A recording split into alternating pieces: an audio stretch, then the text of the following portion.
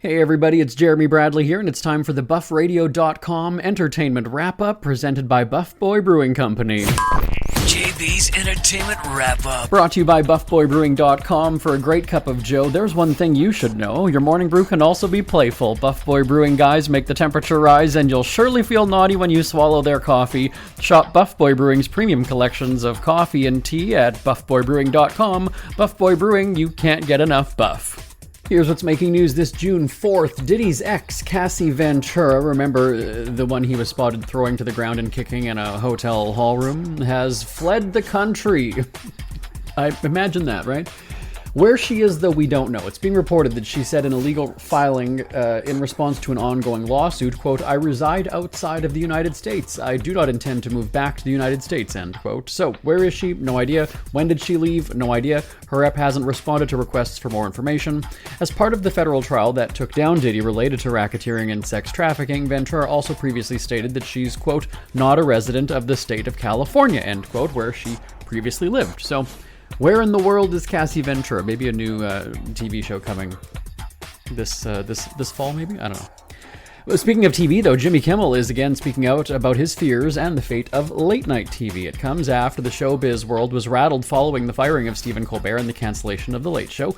Kimmel said of the firing, "I feel a little bit defeated by it. In a lot of ways, I feel like I'm looking at my own future. There are far more people watching late-night TV than there ever were. If you look at the number of views me and my colleagues get online every day and add in our linear television ratings, we're not just dying of natural causes, we're being poisoned," end quote.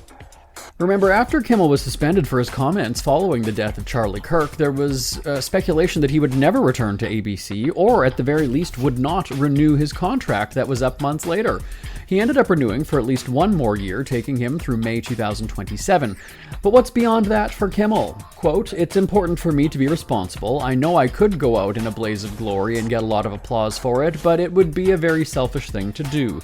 End quote. On the subject of retiring, Kimmel told Vulture, "Freedom is what I want more than anything. I want to be able to go fishing because the fishing's good."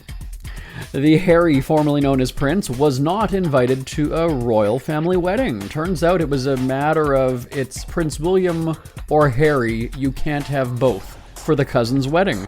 It's Peter Phillips who's tying the knot, and sources in the UK say his loyalty is definitely with Prince William in the royal fight that Harry and Meghan Markle started and have been unable to end.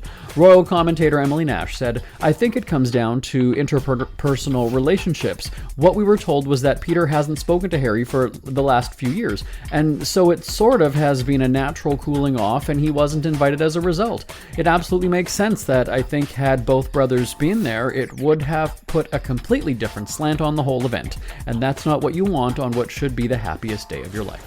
That's check of your celebrity headlines for this Thursday, June 4th. I'm back tomorrow right here on the BuffRadio.com entertainment wrap-up presented by Buff Boy Brewing Company. Till next time, I'm Jeremy Bradley. For a great cup of joe, there's one thing you should know. Your morning brew can also be playful. Buff Boy Brewing guys make good temp